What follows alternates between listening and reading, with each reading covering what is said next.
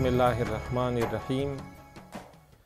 اسلام کی ساری تعلیمات یعنی فقہی احکام اور اخلاقیات اسلامی نظر کائنات پر مبنی ہے۔ اسلامی تعلیمات کی بنیاد اسلامی نظریہ کائنات ہے، یعنی اس کائنات کے بارے میں اسلام کے نظریات اور مشاہدات کا نتیجہ۔ اسلامی نظریہ کائنات کا پہلا اور بنیادی ترین نقطہ یہ ہے کہ یہ کائنات خود بخود نہیں بنی، اس کا خالق موجود ہے اور وہ خالق ایک ہے۔ اس خالق کی کچھ صفات بھی ہیں، اس کی وجہ سے تو لامحدود صفات ہیں، لیکن اس کی کچھ صفات اس سے آشنائی اور اسلام کو بہتر سمجھنے میں مددگار ہیں، اس لیے ان صفات پر بحث بھی لازمی ہے، اور اسلام نے بھی ان صفات کو زیادہ ہائی لائٹ کیا ہے۔ ان میں سے ایک صفت خدا کی حیات ہے۔ خدا زندہ ہے، اللہ تعالیٰ یعنی خالق کائنات زندہ ہے، حیات رکھتا ہے، وہ کوئی مردہ اور بے جان شے نہیں ہے بلکہ زندہ شے ہے، زندہ ہستی ہے۔ زندگی ایک پراسرار شے ہے، ہم سب زندگی سے کچھ حد تک آشنا ہیں، اس لیے کہ ہم خود زندہ ہیں، ہم انسان زندہ ہیں، ہم زندگی سے آشنا ہیں، لیکن زندگی ہے کیا؟ یہ ایک پراسرار شے ہے۔ سائنسدان اور اسکالرز کہتے ہیں کہ زندہ شے وہ شے ہے جو احساس رکھتی ہو اور اس میں حرکت پائی جاتی ہو۔ یہ ایک قبول شدہ تعریف ہے جو سائنسدانوں نے بھی پیش کی اور دانشمند بھی اسے قبول رکھتے ہیں، یعنی زندہ وہ شے زندہ ہوتی ہے جو احساس رکھتی ہو اور حرکت کرتی ہو۔ اسی کی بنا پر بے جان اشیاء کو جاندار اشیاء سے جدا کیا جاتا ہے۔ ہم بیالوجی میں دیکھتے ہیں، بیالوجی زندہ اشیاء کے بارے میں بحث کرتی ہے اور بے جان شے کے بارے میں مثلا فزکس اور کیمسٹری میں بحث ہوتی ہے، بیالوجی میں نہیں ہوتی۔ تو بیالوجی میں زندگی کا جو معیار اور تعریف جو قبول کی گئی ہے وہ یہ کہ جو چیزیں احساس رکھتی ہوں اور حرکت ان میں پائی جاتی ہو انہیں زندہ مانا جاتا ہے، جیسے خود انسان یا حیوانات یا عطا نباتات۔ مثلا مختلف تجربات ایکسپیریمنٹس میں ثابت ہو چکا ہے کہ یہ نباتات میں بھی احساس پایا جاتا ہے، گرچہ کہ بہت معمولی احساس اور حرکت پائی جاتی ہے، لہٰذا ان نباتات کو بھی زندہ مانا جاتا ہے اور ان کی بحث بیالوجی میں ہوتی ہے۔ احساس سے کیا مراد ہے؟ احساس سے مراد یعنی یہ آگاہی رکھتی ہوں، اگرچہ آگاہی محدود ہو، بہت جزئی ہو۔ آگاہی رکھنا یا بعض چیزوں کو حس کرنا، درک کرنا، اس کو کہتے ہیں احساس۔ اور اسی طرح حرکت یعنی ان کے اندر نمو، رشد و نمو پائے جاتا ہو، یا وہ حرکت کر سکتی ہوں، بعض چیزیں اپنے ارادہ و اختیار سے حرکت کریں جیسے انسان یا بعض حیوانات ہیں۔ پس احساس اور حرکت پائی جاتی ہو تو وہ شے زندہ کہلاتی ہے۔ لیکن جب ہم اس پر مزید غور کریں اور دیکھیں اگر کوئی چیز احساس یعنی احساس رکھتی ہو، اس معنی احساس سے بالاتر شے رکھتی ہو، کوئی چیز آگاہی رکھتی ہو، علم رکھتی ہو،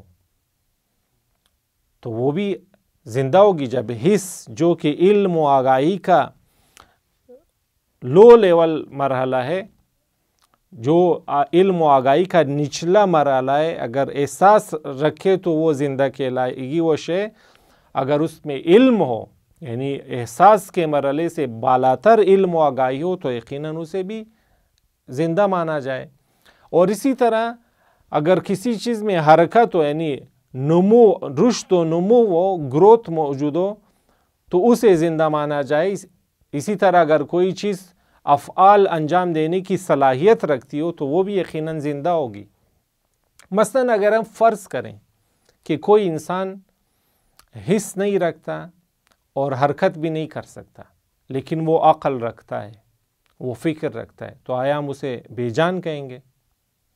اگر کوئی انسان حس نہ رکھتا ہو، اس کے تمام حواس کام کرنا چھوڑ دیں، حواس خمسہ کام کرنا چھوڑ دیں، اور اسی طرح وہ حرکت بھی نہ کر پائے، لیکن عقل رکھتا ہو، سوچ اور سمجھ اس کے اندر ہو، تو ہم دیکھتے ہیں کہ اسے کوئی مردہ نہیں کہتا، اسے بھی کہتے ہیں یہ بھی زندہ ہے۔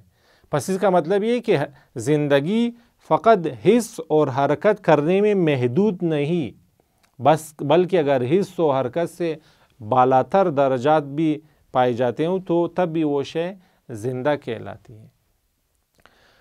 پس اس معنی میں ہم دیکھتے ہیں کہ اگر اس دقت کے ساتھ زندگی کی ڈیفینیشن اور حرکت کو دیکھا جائے تو وہ بدل جاتی ہے، یعنی زندہ شے وہ شے ہے جو ادراک اور افعال کی صلاحیت رکھتی ہو، زندہ شے وہ شے ہے جو مختلف چیزوں کے بارے میں علم رکھتی ہو اور وہ مختلف افعال انجام دینے کی صلاحیت رکھتی ہو، اس شے کو کہتے ہیں زندہ۔ اچھا، اس تعریف کے لحاظ سے جب ہم آتے ہیں تو ہم دیکھتے ہیں کہ خدا بھی زندہ ہے۔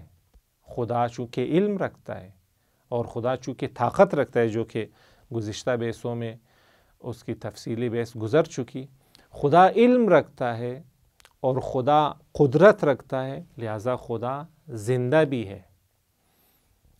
ان باتوں میں اگر ایک دقت کریں تو یہ واضح ہوتا ہے کہ زندگی کی خود تعریف نہیں ہوئی کہ زندگی خود کیا ہے، زندگی کو اس کے آثار کے ذریعے پہچانوایا گیا، زندگی کو اس کے آثار کے ذریعے انٹروڈیوس کیا گیا ہے۔ خود زندگی کیا ہے یہ ایک پراسرار چیز ہے، انسان ابھی تک اپنی زندگی کو صحیح ڈیفائن نہیں کر سکا ہے۔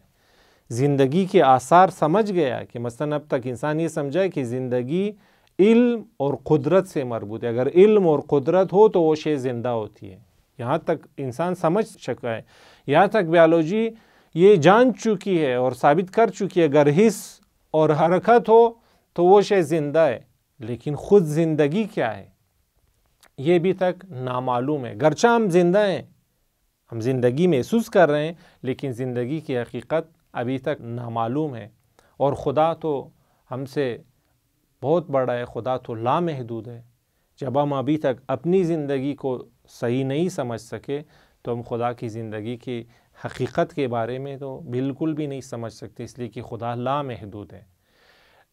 پس گرچہ ہم خدا کی زندگی کی حقیقت نہیں سمجھ سکتے جس طرح کہ ہم ابھی تک اپنی زندگی کی حقیقت نہیں سمجھ سکے، لیکن یہ ہم سمجھ سکتے ہیں کہ خدا زندہ ہے، چونکہ ہم دیکھتے ہیں خدا علم رکھتا ہے اور خدا قدرت رکھتا ہے، اور علم اور قدرت زندگی کی دو بنیادی علامات ہیں۔ علم اور قدرت زندگی کی نشاندہی کرتے ہیں، اور چونکہ خدا علم و قدرت رکھتا ہے اس لیے خدا ایک زندہ حقیقت ہے، خدا ایک زندہ ہستی ہے، اور خدا حاضر و ناظر ہے، خدا ہر جگہ موجود ہے اور خدا ہر کام پر قادر ہے۔